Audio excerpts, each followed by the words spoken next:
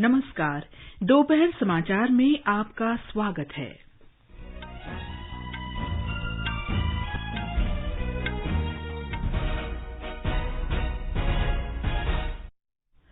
प्रधानमंत्री नरेंद्र मोदी के नेतृत्व में सरकार ने 8 वर्ष पूरे किए। सेवा, सुशासन और गरीबों के कल्याण के लिए समर्पण को दोहराया। केंद्र और राज्यों में भाजपा सरकारों के सभी मंत्री और पार्टी के निर्वाचित प्रतिनिधि सरकार के 8 वर्ष पूरे होने के उपलक्ष्य में व्यापक जनसंपर्क अभियान में भाग ले रहे हैं। विदेश मंत्री डॉक्टर एस जयशंकर ने सरकार के 8 वर्ष पूरे होने पर कहा, सरकार की विदेश नीति के केंद्र में देशवासियों का कल्याण है। प्रधानमंत्री ने कोविड महामारी के कारण माता-पिता को खोने वाले बच्चों की शिक्षा के लिए पूरे सहयोग का आश्वासन दिया। पीएम केयर्स योजना के तहत बच्चों को सहायता राशि जारी की। उपराष्ट्रपति एम वेंकैया नायडू 3 देशों गैबन, सेनेगल और कतर की यात्रा पर रवाना हुए। राजस्थान में करौली जिले की करीरी ग्राम पंचायत में शराब की दुकानें बंद करने के मुद्दे पर मतदान। जम्मू कश्मीर के पुलवामा जिले के गुंडीपोरा गांव में मुठभेड़ में 2 आतंकवादी मारे गए। गोवा आज अपना स्थापना दिवस मना रहा है। राष्ट्रपति और उपराष्ट्रपति ने प्रदेशवासियों को शुभकामनाएं दी हैं। और फ्रेंच ओपन टेनिस में रोहन बोपन्ना और मैचवे मिडलकूप की जोड़ी आज शाम पुरुष डबल्स क्वार्टर फाइनल मुकाबला खेलेगी।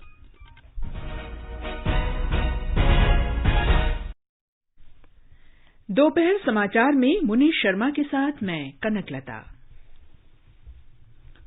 देश के 75वें स्वाधीनता दिवस समारोह के उपलक्ष्य में आजादी का अमृत महोत्सव के अंतर्गत सरकार अनेक गतिविधियों का आयोजन कर रही है।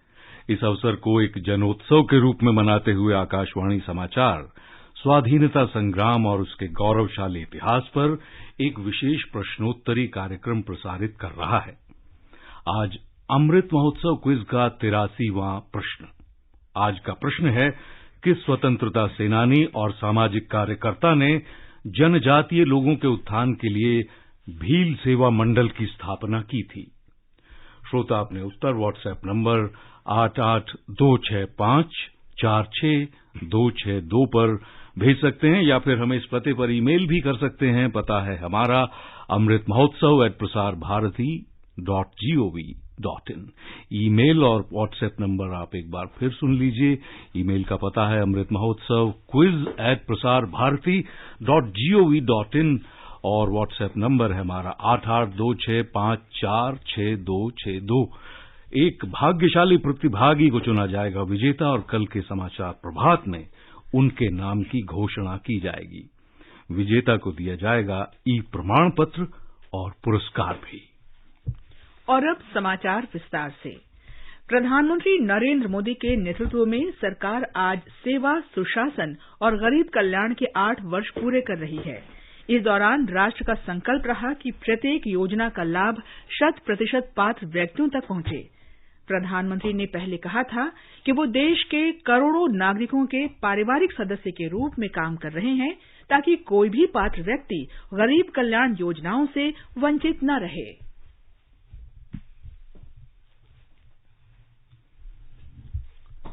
3 साल पहले आज ही के दिन नरेंद्र मोदी ने दूसरी बार प्रधानमंत्री पद की शपथ ली थी। श्री मोदी के नेतृत्व वाली एनडीए सरकार के आज 8 साल पूरे हो गए हैं। इस दौरान सरकार ने नागरिकों के हित के लिए कई कदम उठाए हैं। आइए बात करते हैं सरकार ने ईज ऑफ लिविंग पर विशेष ध्यान देकर कैसे लोगों के जीवन को सुगम बनाया है। नया भारत जनमानस की बढ़ती आकांक्षाओं को पूरा करने की दिशा में तेजी से अग्रसर है। नई पीढ़ी का बुनियादी ढांचा लोगों के जीवन को सुगम बना रहा है। अमृत योजना के तहत 118 लाख घरों में नल कनेक्शन और 97 लाख घरों में सीवर कनेक्शन की सुविधा प्रदान की गई है। शहरी इलाकों में यातायात और भी आसान हुआ है। 2002 से 2014 तक मेट्रो निर्माण प्रतिवर्ष 20 किलोमीटर था, जो 2014 से 2022 तक 3 गुना से अधिक बढ़कर 63 किलोमीटर तक हो गया है। ढांचागत विकास के अंतर्गत नई सड़कों, क्षेत्रीय हवाई अड्डों और बंदरगाहों के विकास से यात्रा समय और लागत कम हो रही है। डिजिटल पेमेंट की सुविधा ने रोजमर्रा की जिंदगी में लेन देन को काफी आसान कर दिया है। है। भीम सहित कई अन्य डिजिटल पेमेंट ऐप्स के माध्यम से होने वाले लेन देन से छोटे दुकानदारों को काफी फायदा हुआ है। प्रधानमंत्री जन आरोग्य योजना ने भी लोगों को बड़ी राहत दी है। इसके तहत लगभग 3.25 करोड़ लोगों का मुफ्त इलाज किया जा चुका है। देश भर में 8,700 से अधिक जन औषधि केंद्रों में सस्ती दवाएं उपलब्ध कराए जाने से ये दवाएं खरीदने वालों के खर्च में 50% से 90% तक की बचत हुई है। पहल योजना ने एलपीजी कनेक्शन में लीकेज और बिचौलियों को खत्म किया है। इस योजना के 29 करोड़ से अधिक लाभार्थी हैं। इससे 70,000 करोड़ रुपए से अधिक की बचत हुई है। अनुपम मिश्र, आकाशवाणी समाचार, दिल्ली। 8 वर्ष पहले आज ही के दिन भारतीय जनता पार्टी ने सुशासन के नए मंत्रों को लागू करने की शुरुआत की थी। 8 वर्ष पहले यही वो समय था जब भारत में हमने सुशासन के नए मंत्रों को लागू करने की शुरुआत की थी। मेरा सपना है सैचुरेशन, 100% लक्ष्य को तरफ हमें आगे बढ़े, सरकारी मशीनरी को आदत डाले, नागरिकों को भी विश्वास पैदा करे। विदेश मंत्री डॉक्टर एस जयशंकर ने नरेंद्र मोदी सरकार के 8 वर्ष पूरे होने पर कहा कि सरकार की विदेश नीति के केंद्र में देशवासी हैं। श्री जयशंकर ने एक ट्वीट में कहा कि नीति देश की प्रगति, सुरक्षा और सभ्यता के लिए है, जो लोगों के कल्याण के लिए काम करती है। डॉक्टर जयशंकर ने कहा कि पासपोर्ट वितरण व्यवस्था में व्यापक बदलाव हुए हैं, जिससे ये त्वरित और भ्रष्टाचार मुक्त हुई है। उन्होंने कहा कि नरेंद्र मोदी सरकार ने कोविड महामारी के दौरान वंदे भारत मिशन, यूक्रेन में ऑपरेशन गंगा और कई अन्य मिशनों के माध्यम से विदेशों से भारतीयों को सुरक्षित निकाला। केंद्र और राज्यों की भारतीय जनता पार्टी सरकारों के सभी मंत्री और पार्टी के निर्वाचित प्रतिनिधि मोदी सरकार के 8 वर्ष पूरे होने के अवसर पर व्यापक जनसंपर्क अभियान में हिस्सा ले रहे हैं। नई दिल्ली में भाजपा मुख्यालय में संवाददाता सम्मेलन में पार्टी के राष्ट्रीय महासचिव अरुण सिंह ने कहा कि देश भर में सेवा, सुशासन और गरीब कल्याण विषय पर पखवाड़े के दौरान जनसंपर्क कार्यक्रम आयोजित किया जाएगा। आकाशवाणी का समाचार सेवा प्रभाग मोदी सरकार के 8 वर्ष पूरे होने पर अपने स्पॉटलाइट कार्यक्रम में ईज ऑफ लिविंग विषय पर एक विशेष कार्यक्रम प्रस्तुत कर रहा है। इसे एफएम गोल्ड चैनल और अतिरिक्त मीटरों पर भी रात 9:15 से सुना जा सकता है। गुजरात के वडोदरा से एक लाभार्थी बाकुला परमार ने कहा कि प्रधानमंत्री आवास योजना के तहत घर मिलने के बाद उनका जीवन ही बदल गया है।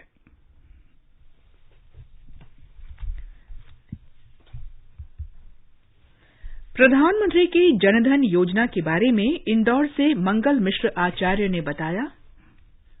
देश के सभी नागरिकों को पहली बार बैंकिंग सुविधा का लाभ देने के लिए उन्होंने जन धन योजना प्रारंभ की। इसमें 15 करोड़ से अधिक बैंक खाते, जीवन बीमा और पेंशन के 10 करोड़ से अधिक खाते तैयार किए गए। इससे न केवल आम जनता का जीवन सुखमय बना, अपितु धन का प्रवाह भी नियमित हुआ और कालाबाजारी पर रोक लगी। समाज सेवी सोनाली यादव ने प्रधानमंत्री की उज्ज्वला योजना के बारे में बताया। मैं सोनाली यादव, समाज सेवी। मेरा मानना है प्रधानमंत्री नरेंद्र मोदी की सरकार के 8 साल के कार्यकाल में अनेक महत्वपूर्ण बदलाव हुए हैं। रसोई गैस की उज्ज्वल योजना है। धुएं के गुब्बार से घिरी खाना पकाती गृहिणियों को इस योजना ने बड़ी राहत दी है। 1 मई 2016 से अब तक 9 करोड़ गृहिणियों को मुफ्त रसोई गैस कनेक्शन दिया जा चुका है। ये समाचार हमारी वेबसाइट newsonair.com/hindi और हमारे mobile app news on AIR पर भी उपलब्ध हैं। सुनो ना, हाँ? सोच रहा हूँ अपना बिजनेस क्यों न बढ़ा लूं। तो रोका किसने है? हाँ? रोका तो किसी ने नहीं, पर समझ नहीं आ रहा कि मदद किससे मांगूं। मुझसे। तुमसे? तो अच्छा बताओ फिर। आकाशवाणी है ना, मैंने सुना है उसका नेटवर्क देश भर में फैला है। पर उससे मेरा क्या फायदा? देखो, फायदा है, जिस शहर में चाहो विज्ञापन की मदद से उपभोक्ताओं तक पहुंच जाओ। पर अब ये भी तो बता दो कि आकाशवाणी से संपर्क कैसे करूं? बहुत आसान है, मैं बताती हूँ। नंबर नोट करो, 870-001-4242। 4242। ओ 8700014242। लो अभी फोन लगाता हूँ 8700014242 पर।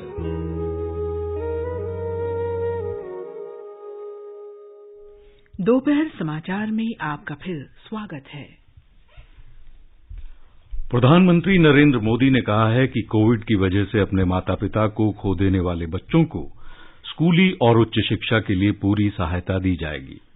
आज सुबह वीडियो कॉन्फ्रेंस के माध्यम से बच्चों के लिए पीएम केयर्स योजना के तहत दिए जाने वाले लाभों की जानकारी देते हुए श्री मोदी ने कहा कि इस योजना से 18 से 23 वर्ष की आयु वर्ग के बच्चों को एक निश्चित छात्रवृत्ति दी जाएगी। बच्चों की 23 वर्ष आयु होने पर उन्हें 10 लाख रुपए दिए जाएंगे। श्री मोदी ने कहा कि इस योजना के तहत व्यावसायिक पाठ्यक्रमों और उच्च शिक्षा के लिए शिक्षा ऋण भी दिया जाएगा। जब अपनी स्कूल की पढ़ाई पूरी करेंगे तो आगे भविष्य के सपनों के लिए और भी पैसों की जरूरत होगी। इसके लिए 18 साल से 23 साल तक के युवाओं को हर महीने स्टाइपेंड मिलेगा। प्रधानमंत्री ने कहा कि इस योजना के माध्यम से सरकार बच्चों को प्रति माह 4,000 रुपए की सहायता राशि दे रही है। पीएम केयर्स के जरिए ऐसे बच्चों की कॉपी, किताबों और यूनिफॉर्म्स के खर्चों को भी उठाया जाएगा। अगर किसी को प्रोफेशनल कोर्स के लिए, हायर एजुकेशन के लिए एजुकेशन लोन चाहिए होगा तो पीएम केयर्स उसमें भी मदद करेगा। रोजमर्रा की दूसरी जरूरतों के लिए अन्य योजनाओं के माध्यम से उनके लिए 4,000 रुपये हर महीने की व्यवस्था भी की गई है। प्रधानमंत्री ने कहा कि देश भर के नागरिकों के योगदान से ही पीएम केयर्स योजना को सफल बनाया गया है। श्री मोदी ने कहा कि इस कोष से कोरोना काल में अस्पताल तैयार करने, वेंटिलेटर खरीदने और ऑक्सीजन संयंत्र लगाने में भी मदद मिली है। उन्होंने सभी बच्चों से फिट इंडिया और खेलो इंडिया पहल में भाग लेने का आग्रह किया। प्रधानमंत्री ने सभी बच्चों को योग और फिटनेस को अपनी दिनचर्या का हिस्सा बनाने के लिए प्रोत्साहित किया। उन्होंने कहा कि सरकार के आज 8 वर्ष पूरे हो गए हैं और देश आत्मनिर्भरता की ओर बढ़ रहा है।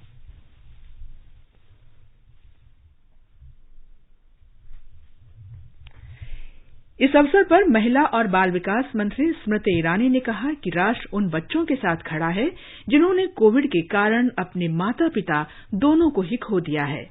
उन्होंने कहा कि मोदी सरकार के 8 साल पूरे होने के उपलक्ष्य में स्कूली शिक्षा के लिए ऐसे बच्चों को छात्रवृत्ति प्रदान करना एक संदेश देता है, जिससे पता चलता है कि देश और प्रधानमंत्री उनकी परवाह करते हैं। सुश्री ईरानी ने कहा कि कोविड महामारी के दौरान 80 करोड़ लोगों को मुफ्त राशन दिया गया। केंद्रीय सड़क परिवहन और राजमार्ग मंत्री नितिन गडकरी ने आज नागपुर के जिला कलेक्टर कार्यालय में पीएम केयर्स योजना के तहत अनाथ बच्चों को प्रमाण पत्र और दस्तावेज सौंपे। इस अवसर पर श्री गडकरी ने बताया कि सिर्फ नागपुर में ही कोविड से 10,000 लोगों की मौत हुई, जिनमें कुछ बच्चों के माता पिता भी शामिल हैं।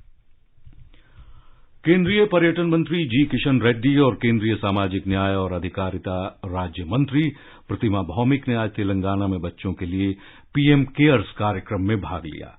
प्रधानमंत्री नरेंद्र मोदी ने औपचारिक रूप से देश भर के विभिन्न जिलों को जोड़ने वाले कार्यक्रम की औपचारिक शुरुआत की थी। प्रधानमंत्री नरेंद्र मोदी कल गरीब कल्याण सम्मेलन में राजस्थान के 5 जिलों के लाभार्थियों से संवाद करेंगे। इन जिलों में श्री गंगानगर, राजसमंद, उदयपुर, भीलवाड़ा और बारां शामिल हैं। प्रधानमंत्री कल हिमाचल प्रदेश के दौरे पर रहेंगे। आकाशवाणी से विशेष बातचीत में हिमाचल के मुख्यमंत्री जयराम ठाकुर ने बताया कि प्रधानमंत्री लाभार्थियों के साथ संवाद करेंगे। हिमाचल के लिए सौभाग्य की बात है कि आदरणीय प्रधानमंत्री जी इस राष्ट्रीय स्तर के कार्यक्रम में हिमाचल आ रहे हैं और हिमाचल के भी बहुत ऐतिहासिक स्थान शिमला के मैदान में आ रहे हैं और वहां से पूरे देश को संबोधित करेंगे, इंटरेक्शन करेंगे, जो हमारे बेनिफिशरीज हैं उनके साथ इंटरेक्ट करेंगे वर्चुअल माध्यम से। और उसके साथ साथ में मुझे इस बात की भी खुशी है कि कल किसान सम्मान निधि की भी 11वीं किस्त जारी होगी। लगभग 21,000 करोड़ रुपए की वो किस्त जारी होकर के 80 करोड़ लोगों को उसका लाभ मिलेगा। और सबसे सबसे बड़ी बात हो कि हिमाचल जैसे छोटे प्रदेश को इस बड़े इवेंट के लिए, जहां उनका 8 साल का कार्यकाल पूरा हुआ है और 8 साल का कार्यकाल उनका बहुत यशस्वी रहा है, देश का सम्मान पूरे विश्व में ऊंचा हुआ है, अलग पहचान भारत की दुनिया में, तो इस कार्यक्रम का आयोजन यहाँ पर जो किया जा रहा है, हम बहुत उत्साहित हैं। हम प्रधानमंत्री जी का अभिनंदन करने के लिए और साथ साथ में हम हिमाचल प्रदेश की जनता की ओर से, देवभूमि की जनता की ओर से प्रार्थना करते हैं कि प्रधानमंत्री जी अभी कई वर्षों तक इसी प्रकार भारत का नेतृत्व करते रहे। आगे बढ़ने से पहले मुख्य समाचारों पर एक नजर। प्रधानमंत्री नरेंद्र मोदी के नेतृत्व में सरकार ने 8 वर्ष पूरे किए, सेवा, सुशासन और गरीबों के कल्याण के लिए समर्पण को दोहराया। केंद्र और राज्यों में भाजपा सरकारों के सभी मंत्री और पार्टी के निर्वाचित प्रतिनिधि सरकार के 8 वर्ष पूरा होने के उपलक्ष्य में व्यापक जनसंपर्क अभियान में भाग ले रहे हैं। विदेश मंत्री डॉक्टर एस जयशंकर ने सरकार के 8 साल पूरे होने पर कहा, सरकार की विदेश नीति के केंद्र में देशवासियों का कल्याण है। प्रधानमंत्री ने कोविड महामारी के कारण माता पिता को खोने वाले बच्चों की शिक्षा के लिए पूरे सहयोग का दिया आश्वासन। पीएम केयर्स योजना के तहत बच्चों को सहायता राशि जारी की। उपराष्ट्रपति एम वेंकैया नायडू 3 देशों गैबन, सेनेगल और कतर की यात्रा पर रवाना। राजस्थान में करौली जिले की करीरी ग्राम पंचायत में शराब की दुकानें बंद करने के मुद्दे पर मतदान। जम्मू कश्मीर के पुलवामा जिले के गुंडीपोरा गांव में मुठभेड़ में 2 आतंकवादी मारे गए। गोवा आज मना रहा है अपना स्थापना दिवस। राष्ट्रपति और उपराष्ट्रपति ने प्रदेशवासियों को दी हैं शुभकामनाएं। और फ्रेंच ओपन टेनिस में रोहन बोपन्ना और मैटवे मिडलकूप की जोड़ी आज शाम पुरुष डबल्स क्वार्टर फाइनल मुकाबला खेलेगी। उपराष्ट्रपति एम वेंकैया नायडू आज से 9 दिन की विदेश यात्रा पर गैबन, सेनेगल और कतर के लिए रवाना हो गए हैं। उनके साथ उच्चस्तरीय शिष्टमंडल भी गया है, जिसमें स्वास्थ्य और परिवार कल्याण राज्य मंत्री डॉक्टर भारती पवार, 3 सांसद सुशील कुमार मोदी, विजयपाल सिंह तोमर और पी रविन्द्रनाथ शामिल हैं। ये पहला अवसर है जब भारत के उपराष्ट्रपति इन देशों की यात्रा कर रहे हैं। उपराष्ट्रपति की गैबन और सेनेगल की यात्रा अफ्रीका के साथ भारत के संबंधों को मजबूती प्रदान करेगी और अफ्रीकी महाद्वीप के प्रति अपनी प्रतिबद्धता पर भी जोर देगी। कतर के साथ भारत के राजनयिक संबंधों की स्थापना की 50वीं वर्षगांठ के उपलक्ष्य में ये यात्रा महत्वपूर्ण है। इससे द्विपक्षीय संबंध और मजबूत होंगे। तीनों देशों की यात्रा के दौरान कई समझौते होने की संभावना है। भारतीय सांस्कृतिक संबंध परिषद आईसीसीआर का 10 दिन का जैन नेक्स्ट डेमोक्रेसी नेटवर्क कार्यक्रम कल संपन्न हुआ। समापन समारोह में 6 देशों घाना, बांग्लादेश, पेरू, नेपाल, ब्रुनेई और नॉर्वे से 27 प्रतिनिधियों ने भारत यात्रा के अपने अपने अनुभव साझा किए। घाना के सांसद सैमुअल नॉर्टे जॉर्ज ने भारत की प्रशंसा की और कहा कि भारत की संस्कृति, भाषा और लोग अद्भुत हैं।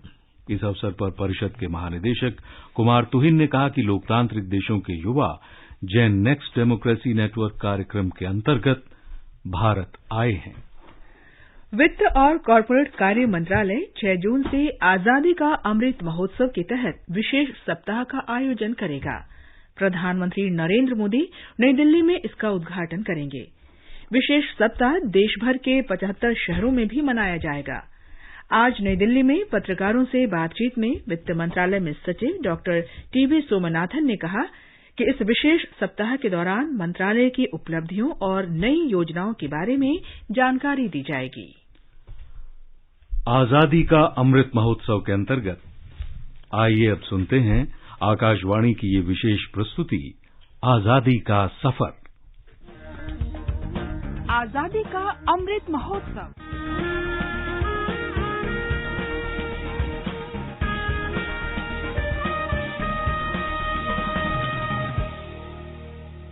आजादी का सफर आकाशवाणी के संग भारत का शानदार स्वाधीनता संघर्ष आधुनिक विश्व के महानतम संघर्षों में से एक है। आकाशवाणी से हम आपके लिए रोजाना ला रहे हैं इसी शानदार संघर्ष की एक झलक। हिंदी भाषा राष्ट्र की भाषा, प्रजातंत्र के शास्त्र की भाषा,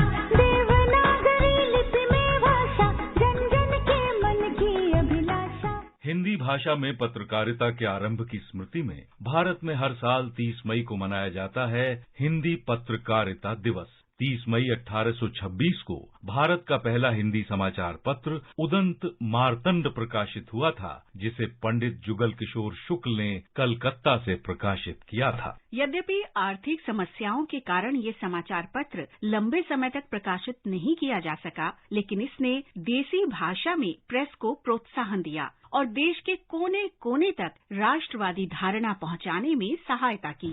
अंधेर नगरी चौपट राजा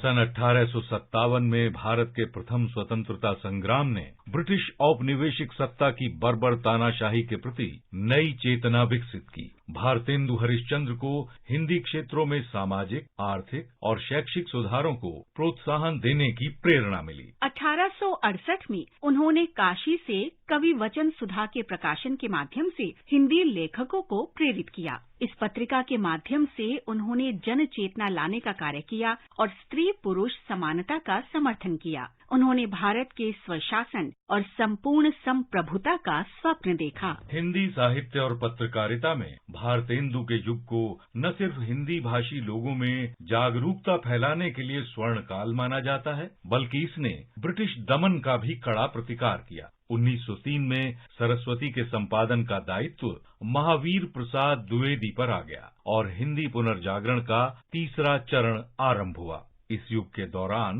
कविता में सामाजिक, राजनैतिक और आर्थिक समस्याएं मुखर हुई, जबकि गीतों में सामाजिक जागरण को प्रमुखता से जगह मिली।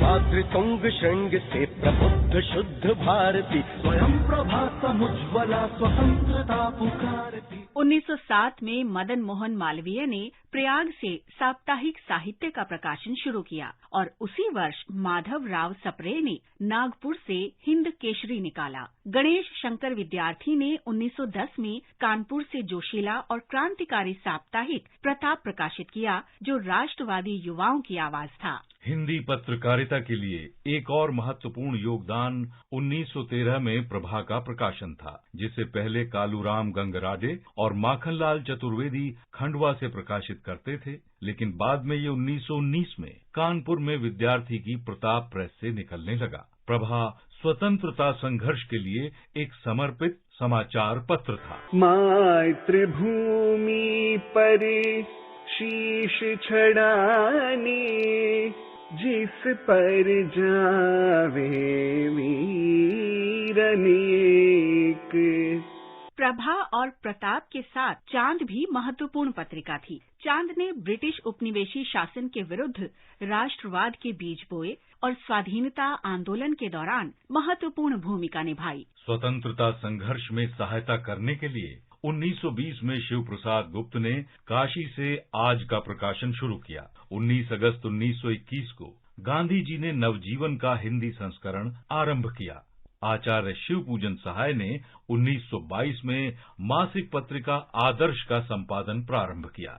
कोलकाता से हिंदी साप्ताहिक मतवाला की शुरुआत 26 अगस्त 1923 को हुई, जिसने सूर्यकांत त्रिपाठी निराला, महादेव प्रसाद सेठ, शिव पूजन सहाय, बेचन शर्मा उग्र और नवजादिक लाल श्रीवास्तव जैसे प्रसिद्ध साहित्यकारों को आकर्षित किया। 1928 में कोलकाता से ही बनवारी दास चतुर्वेदी ने विशाल भारत मासिक का संपादन आरंभ किया और 1933 में गांधी जी ने हरिजन सेवक निकाला, जो अस्पृश्यता और गरीबी से उनकी लड़ाई का प्रमुख साधन बना। प्रेमचंद ने 1930 में हंस का प्रकाशन आरंभ किया। उन्होंने भारतीय लोगों पर ब्रिटिश शासन के अत्याचार और दमन को आवाज दी।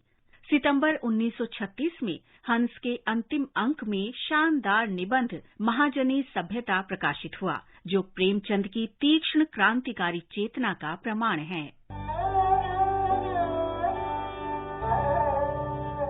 राष्ट्रवादी विचारधारा के पनपने और प्रचार प्रसार के दौरान हिंदी पत्रकारिता स्वतंत्रता संघर्ष की रीढ़ रही है और उसने जनता को जागरूक करने और सशक्त राष्ट्रीय भावना के प्रोत्साहन में महत्वपूर्ण योगदान दिया है।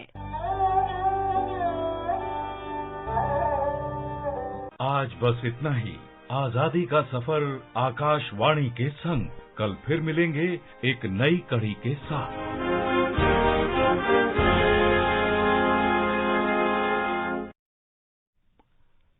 ये समाचार आकाशवाणी से प्रसारित किए जा रहे हैं।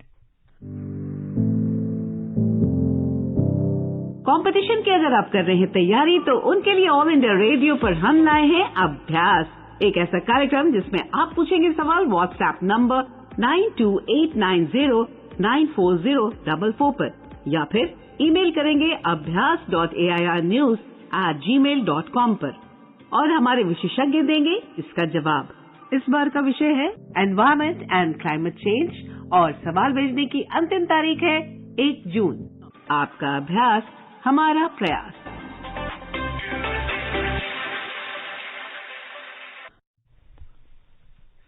ये आकाशवाणी है।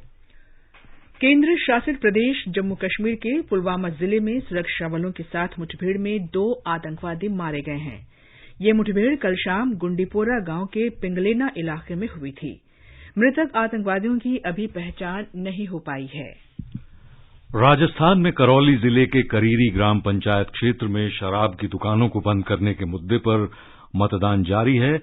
अगर 51% मतदाताओं ने दुकानें बंद करने के पक्ष में मतदान किया, तो अगले वित्त वर्ष से इस पंचायत के अधिकार क्षेत्र में आने वाली शराब की दुकानें हमेशा के लिए बंद कर दी जाएंगी। राष्ट्रीय मधुमक्खी पालन और शहद मिशन का उद्देश्य मधुमक्खी पालन को बढ़ावा देना और देश के ग्रामीण किसानों तथा युवाओं को आत्मनिर्भर बनाने के लिए अपना कारोबार करने का अवसर प्रदान करना है। इस मिशन के तहत लाभार्थियों को मधुमक्खी पालने के लिए बक्से, जीवित मधुमक्खियां, उनको पालने के साधन और प्रशिक्षण प्रदान किया जाता है। अगलर गांव के रहने वाले वसीम रफीक भट्ट ने बताया कि उन्हें कृषि विभाग से बहुत सहयोग मिला है। मेरा नाम वसीम रफीक भट्ट है। मैं डिस्ट्रिक्ट शोपियां उधर का रहने वाला हूं। मैं एक प्रोग्रेसिव बी कीपर हूं। मेरे पास नियर अबाउट इस टाइम 1000 कॉलोनीज है। मैं ये 2003 से कर रहा हूं। डिस्ट्रिक्ट शोपियां एग्रीकल्चर ने मुझे हर टाइम अपने साथ चलने के लिए बहुत ताउन किया। उन्होंने मुझे प्रोग्रेसिव बी कीपर बनाने में बहुत बहुत बहुत बहुत ये किया है, साथ दिया है उन्होंने मुझे। गोवा आज अपना 35वां स्थापना दिवस मना रहा है। 30 मई 1967 को गोवा को पूर्ण राज्य का दर्जा मिला था। राष्ट्रपति रामनाथ कोविंद और उपराष्ट्रपति एम वेंकैया नायडू ने गोवा के स्थापना दिवस के अवसर पर अपनी शुभकामनाएं दी हैं। अधिकांश विद्यार्थी उच्च शिक्षा के लिए विदेश जाने के इच्छुक रहते हैं और वे वीजा के विकल्प अपनाते हैं। आकाशवाणी समाचार अमेरिका के शिक्षण संस्थानों में प्रवेश और वीजा को लेकर भ्रम दूर करने के लिए अमेरिकी दूतावास के वीजा प्रमुख डॉन हेफलिन और एजुकेशन अताशे एंटनी मिरांडा के साथ विशेष बातचीत प्रस्तुत करेगा। इसे एफएम गोल्ड चैनल पर आज रात 9:30 बजे प्रसारित किया जाएगा। ये कार्यक्रम हमारे YouTube channel news on AIR official और हमारी वेबसाइट newson.gov.in पर भी उपलब्ध रहेगा। फ्रेंच ओपन टेनिस टूर्नामेंट के पुरुष डबल्स क्वार्टर फाइनल में आज भारत के रोहन बोपन्ना और उनके जोड़ीदार नीदरलैंड्स के मैटवे मिडलकूप का मुकाबला ब्रिटेन के लॉयड ग्लासपूल और फिनलैंड के हैरी हेलोवारा की जोड़ी से होगा। ये मैच भारतीय समय के अनुसार शाम 7:15 बजे से खेला जाएगा। बुलेटिन समाप्त होने से पहले अमृत महोत्सव क्विज का आज का सवाल फिर से सुन लीजिए। किस स्वतंत्रता सेनानी और सामाजिक कार्यकर्ता ने जनजातीय लोगों के उत्थान के लिए भील सेवा मंडल की स्थापना की थी? अंत में मुख्य समाचार एक बार फिर। प्रधानमंत्री नरेंद्र मोदी के नेतृत्व में सरकार ने 8 वर्ष पूरे किए, सेवा, सुशासन और गरीबों के कल्याण के लिए समर्पण को दोहराया। केंद्र और राज्यों में भाजपा सरकारों के सभी मंत्री और पार्टी के निर्वाचित प्रतिनिधि सरकार के 8 वर्ष पूरे होने के उपलक्ष्य में व्यापक जनसंपर्क अभियान में भाग ले रहे हैं। विदेश मंत्री डॉक्टर एस जयशंकर ने सरकार के 8 वर्ष पूरे होने पर कहा, सरकार की विदेश नीति के केंद्र में देशवासियों का कल्याण है। प्रधानमंत्री ने कोविड महामारी के कारण माता पिता को खोने वाले बच्चों की शिक्षा के लिए पूरे सहयोग का आश्वासन दिया। पीएम केयर्स योजना के तहत बच्चों को सहायता राशि जारी की। उपराष्ट्रपति एम वेंकैया नायडू 3 देशों गैबोन, सेनेगल और कतर की यात्रा पर रवाना हुए। इसके साथ ही दोपहर समाचार का ये अंक समाप्त हुआ। नमस्कार।